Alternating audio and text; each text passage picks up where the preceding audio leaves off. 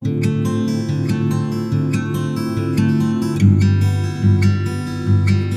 रानी और श्री राम दो बेटियों और एक बेटे के साथ एक किराए की दुकान में रहते थे। नीचे का पोर्शन किराए पर था और ऊपर वाले पोर्शन में दुकान मालिक रहते थे। मकान मालकिन अमृता थी। बड़ी हंसमुख और तेज स्वभाव की औरत थी, लेकिन कैलाश रानी शक्की स्वभाव की थी। घर के दूसरी तरफ बड़ी बाजार था, जहाँ सोनारों की दुकानें थी। उनमें श्री राम की भी दुकान थी। ज्यादातर स्वर्णकार इसी गली में रहते थे, जिनकी बाजार में दुकानें थी। पूरा बाजार पार करके सब्जी लेने गली की औरतें अक्सर शाम को सब्जी खरीदने जाया करती। अमृता जी भी रोज ही जाती थी। सुनार लोग दोपहर का खाना खाने घर आते थे और शाम की चाय दूसरी दुकानों पर ही रुकवाया करते थे। एक दिन की बात है, अमृता जी सब्जी लेने के लिए निकल गई। जब वापस आई तो सीढ़ियाँ चढ़ने लगी तो कैलाश ने आवाज दी, बहन जी, आपके रास्ते में दुकान पर गया था, क्या कहना चाहती हैं? आपने दुकान पर बंटी के डैडी को देखा है? बंटी उसके बेटे का नाम था। यह सुनकर अमृता को बहुत गुस्सा आया, लेकिन वह गुस्सा पी गई। लेकिन उसने कैलाश को सबक सिखाने की सोची और बोली, हाँ, श्री राम ने मुझे तुम्हारे लिए एक संदेश दिया है। उसने कहा है कि 3 कप चाय और 2-3 प्लेट सजाकर दुकान पर ले आओ। वह मान गई, क्योंकि चाय तो अक्सर ही दुकान पर जाया करती थी और वह अपने पति से डरती भी थी। उसने जल्दी से चाय बनाई, बिस्किट, नमकीन और 1 प्लेट पे शक्करपारे एक बड़ी सी ट्रे में रखे और साड़ी बदली।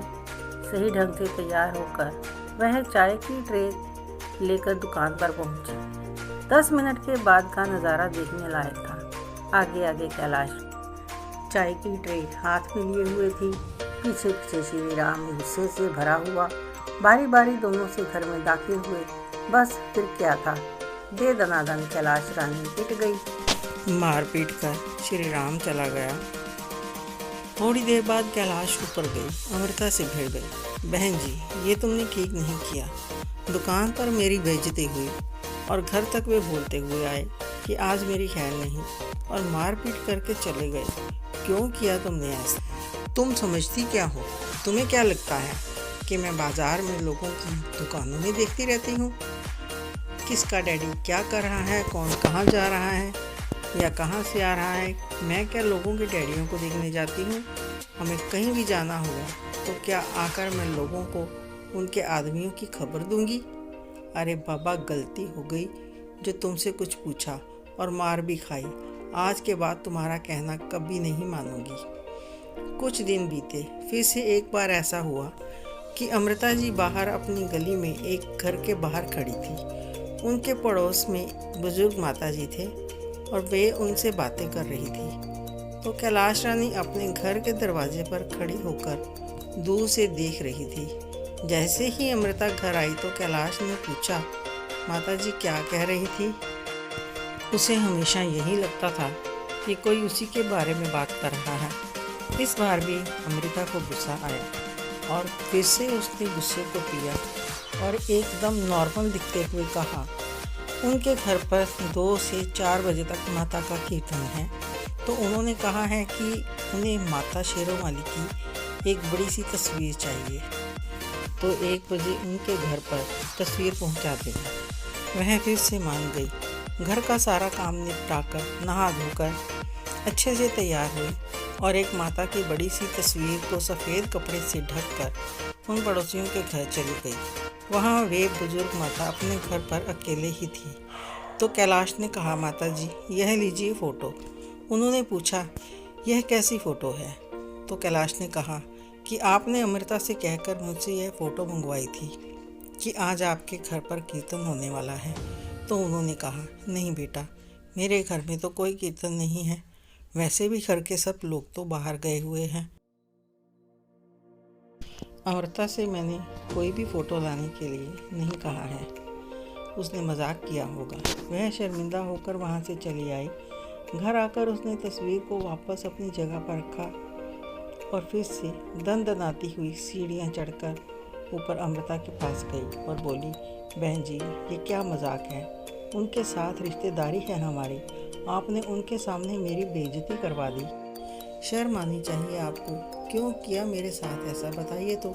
अब क्या बताऊं, जब भी बाहर जाऊं तो आकर तुम्हें सारी खबर दूं। क्या किसी के पास 2 मिनट खड़ी होकर बात कर लूं तो क्या वह भी आकर तुम्हें बताऊं। हे भगवान, कैसी औरत हो तुम, कभी मुझे मेरे घर वाले से पिटवाती हो, कभी पड़ोसियों से मेरी बेइज्जती करवाती हो, फिर भी तुम बाज नहीं आती। आज के बाद मैं तुमसे कभी बात नहीं करूँगी। शर्त लगा लो, तुम रह ही नहीं सकती, तुम्हारी आदत है सबसे पूछताछ करने की और घर वाले से मार खाने की, वरना मुझे तुम कभी कुछ ना पूछो। मेरी तौबा, मेरे बाप की तौबा, आज के बाद मैं तुमसे दूर रहूँगी। कुछ लोगों की फितरत कभी नहीं बदलती, वह हर बार अमृता से कुछ न कुछ पूछती जिस बात का उससे कोई मतलब भी नहीं होता। फिर अमृता उसे साथ ही साथ कोई ना कोई रास्ता दिखा देती, कभी कहीं से अपना मजाक बनवाती और कभी घर वाले से मार खाती और फिर आकर अमृता से लड़ती, लेकिन अपनी आदत नहीं छोड़ती थी। एक दिन अमृता के साथ ऐसे ही किसी बात से बेइज्जत होकर उसने वह मोहल्ला ही छोड़ दिया।